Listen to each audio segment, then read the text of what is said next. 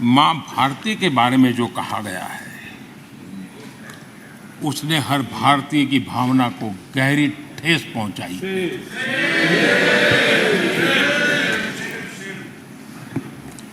अध्यक्ष जी, पता नहीं मुझे क्या हो गया है।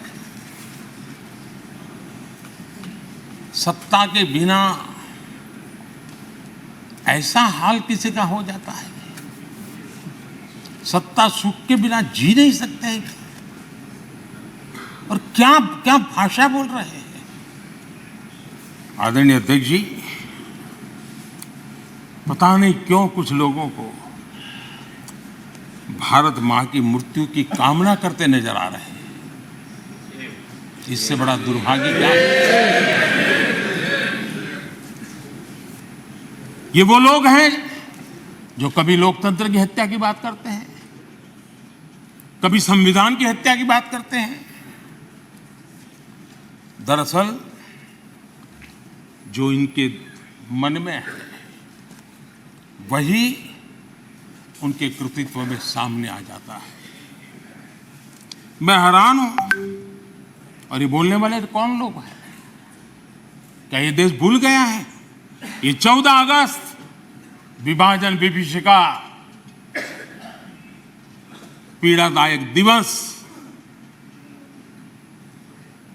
आज भी हमारे सामने उन चीख को लेकर के, उस दर्द को लेकर के आता है। ये वो लोग जिन्होंने मां भारती के 3-3 टुकड़े कर दिए। जब मां भारती की गुलामी की जंजीरों से मुक्त कराना था, जब मां भारती की जंजीरों को तोड़ना था, बेड़ियों को काटना था, तब इन लोगों ने मां भारती की भुजाएं काट दी, मां भारती के 3-3 टुकड़े कर दिए। और ये लोग किस मुंह से ऐसा बोलने की हिम्मत करते हैं? आदरणीय अध्यक्ष जी, ये वो लोग हैं जिस वंदे मातरम गीत ने देश के लिए मर मिटने की प्रेरणा दी थी। हिंदुस्तान के हर कोने में वंदे मातरम चेतना का स्वर बन गया था। तुष्टीकरण की राजनीति के चलते उन्होंने मां भारती के ही टुकड़े किए, इतना नहीं, वंदे मातरम गीत के भी टुकड़े कर दिए इन लोगों ने। ये वो लोग हैं माननीय अध्यक्ष जी, जो भारत तेरे टुकड़े होंगे, ये गैंग, ये नारा लगाने वाले लोग, इनको बढ़ावा देने के लिए, उनका प्रोत्साहन करने के लिए पहुंच जाते हैं। भारत तेरे टुकड़े होंगे, उनको बढ़ावा दे रहे हैं। ये उन लोगों की मदद कर रहे हैं जो ये कहते हैं कि सिलीगुड़ी के पास जो छोटा सा नॉर्थ ईस्ट को जोड़ने वाला कॉरिडोर है, उसको काट दें तो बिल्कुल नॉर्थ ईस्ट अलग हो जाएगा। ये सपना देखने वालों का जो लोग समर्थन करते हैं। आदरणीय अध्यक्ष जी, मैं जरा इनको, जहां भी हो, जरा मेरा सवाल अगल बगल में बैठे हुए को जवाब दें। ये जो बाहर गए ना, उनको जरा पूछें ये कच्छ तीवू क्या है। कोई पूछे इनको कच्छ तीवू क्या है। इतनी बड़ी बातें करते हैं ना, आज मैं बताना चाहता हूं ये कच्छ तीवू क्या है। और ये कच्छ तीवू कहां आया, जरा उनको पूछ लीजिए। इतनी बड़ी बातें लिख करके देश को गुमराह करने का प्रयास कर रहे हैं। और ये डीएमके वाले, उनकी सरकार, उनके मुख्यमंत्री मुझे चिट्ठी लिखते हैं, अभी भी लिखते हैं, और कहते हैं मोदी जी कच्छ तीवू वापस ले आइए। एक कच्छ तीवू है क्या? किसने किया? तमिलनाडु से आगे श्रीलंका के पहले एक टापू किसने किसी दूसरे देश को दे दिया था? कब दिया था? कहां गई थी? क्या ये भारत माता नहीं थी वहां?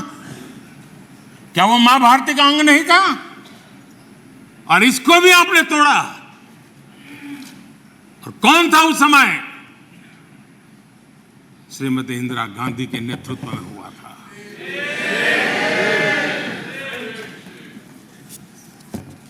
कांग्रेस का इतिहास मां भारती को छिन्न भिन्न करने का रहा है। आदरणीय अध्यक्ष जी,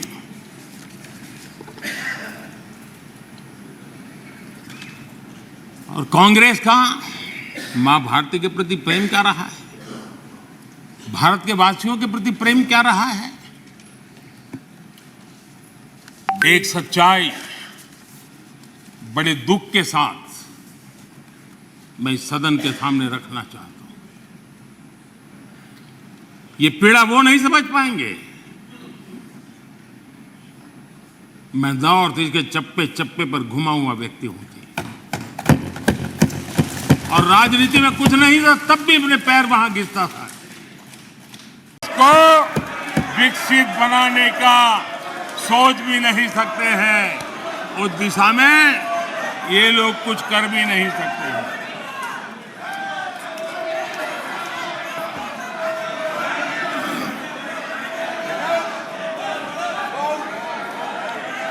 आदरणीय अध्यक्ष जी,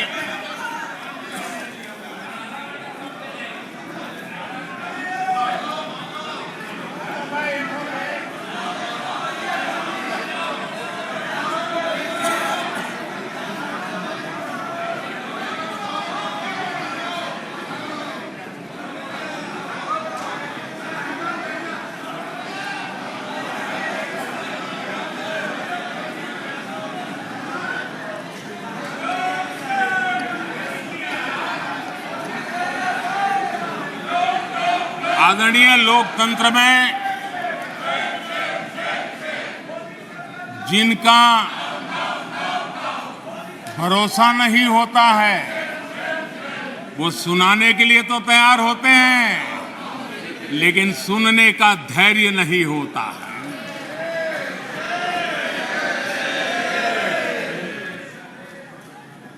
अपशब्द बोलो, भाग जाओ,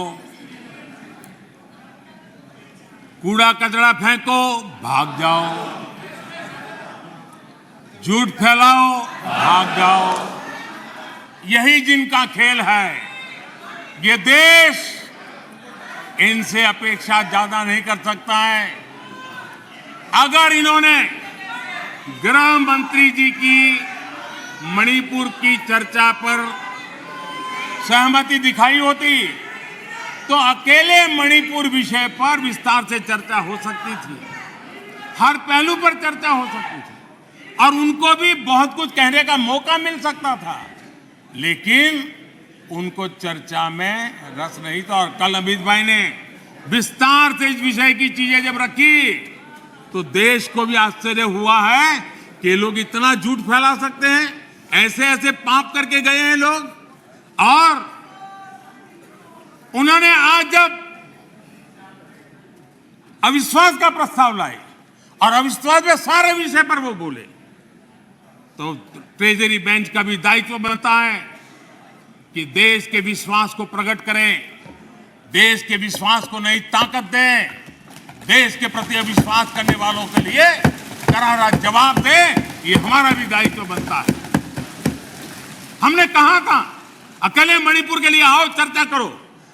गृह मंत्री जी ने चिट्ठी लिख करके कहा था, उनके विभाग से जुड़ा विषय था, लेकिन साहस नहीं था, इरादा नहीं था और पेट में पाप था, दर्द पेट में हो रहा था और फोड़ रहे थे सर। इसका ये परिणाम था। आदरणीय अध्यक्ष जी, मणिपुर की स्थिति पर देश के गृह मंत्री श्रीमान अमित शाह ने कल 2 घंटे तक विस्तार से और बड़े धैर्य से रत्ती भर भी राजनीति के बिना सारे विषय को विस्तार से समझाया, सरकार की और देश की चिंता को प्रकट किया और उसमें देश की जनता को जागरूक करने का भी प्रयास था। उसमें इस पूरे सदन की तरफ से एक विश्वास का संदेश मणिपुर को पहुंचाने का इरादा था। उसमें जन सामान्य को शिक्षित करने का भी प्रयास था। एक नेक ईमानदारी से देश की भलाई के लिए और मणिपुर की समस्या के लिए रास्ते खोजना एक प्रयास था। लेकिन सिवाय राजनीति कुछ करना नहीं है। इसलिए इन्होंने यही खेल किए, यही स्थिति किया।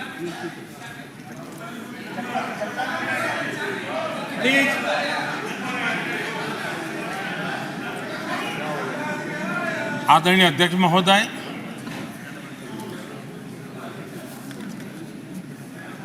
कल वैसे विस्तार से अमित भाई ने बताया है। मणिपुर में अदालत का एक फैसला आया। अब अदालतों में क्या हो रहा है वो हम जानते हैं, और उसके पक्ष विपक्ष में जो परिस्थितियां बनी, हिंसा का दौर शुरू हो गया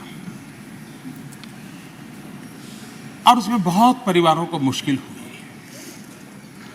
अनेकों ने अपने स्वजन भी खोए। महिलाओं के साथ गंभीर अपराध हुआ और ये अपराध अक्षम्य है और दोषियों को कड़ी से कड़ी सजा दिलवाने के लिए केंद्र सरकार, राज्य सरकार मिलकर के भरपूर प्रयास कर रही है। और मैं देश के सभी नागरिकों को आश्वस्त करना चाहता हूं कि जिस प्रकार से प्रयास चल रहे हैं, निकट भविष्य में शांति का सूरज जरूर उगेगा। मणिपुर फिर एक बार नए आत्मविश्वास के साथ आगे बढ़ेगा। मैं मणिपुर के लोगों से भी